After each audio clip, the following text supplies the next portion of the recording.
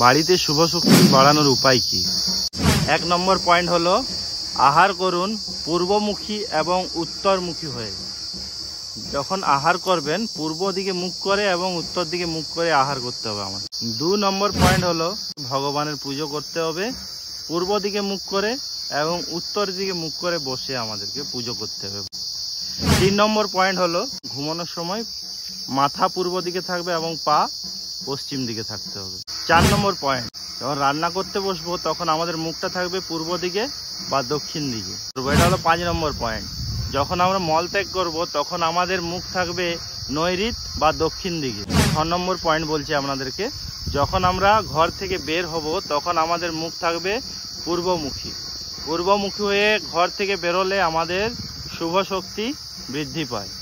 এটা হলো 7 নম্বর পয়েন্ট, যখন আমরা ঘর বানাবো তখন ভগবানের ঘরটা থাকবে ঈশান কোণে। হরে কৃষ্ণ। এটা হলো 8 নম্বর পয়েন্ট, আমরা যখন কোনো শাস্ত্র পাঠ করব তখন আমাদের মুখ থাকবে পূর্ব দিকে বা উত্তর দিকে।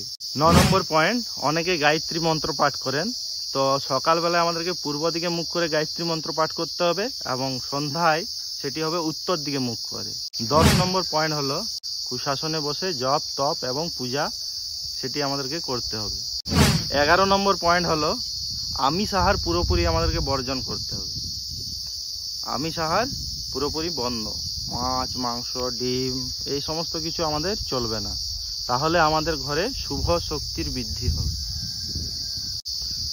এবং হরি নাম করতে হবে আমাদেরকে তুলসীর সামনে বসে।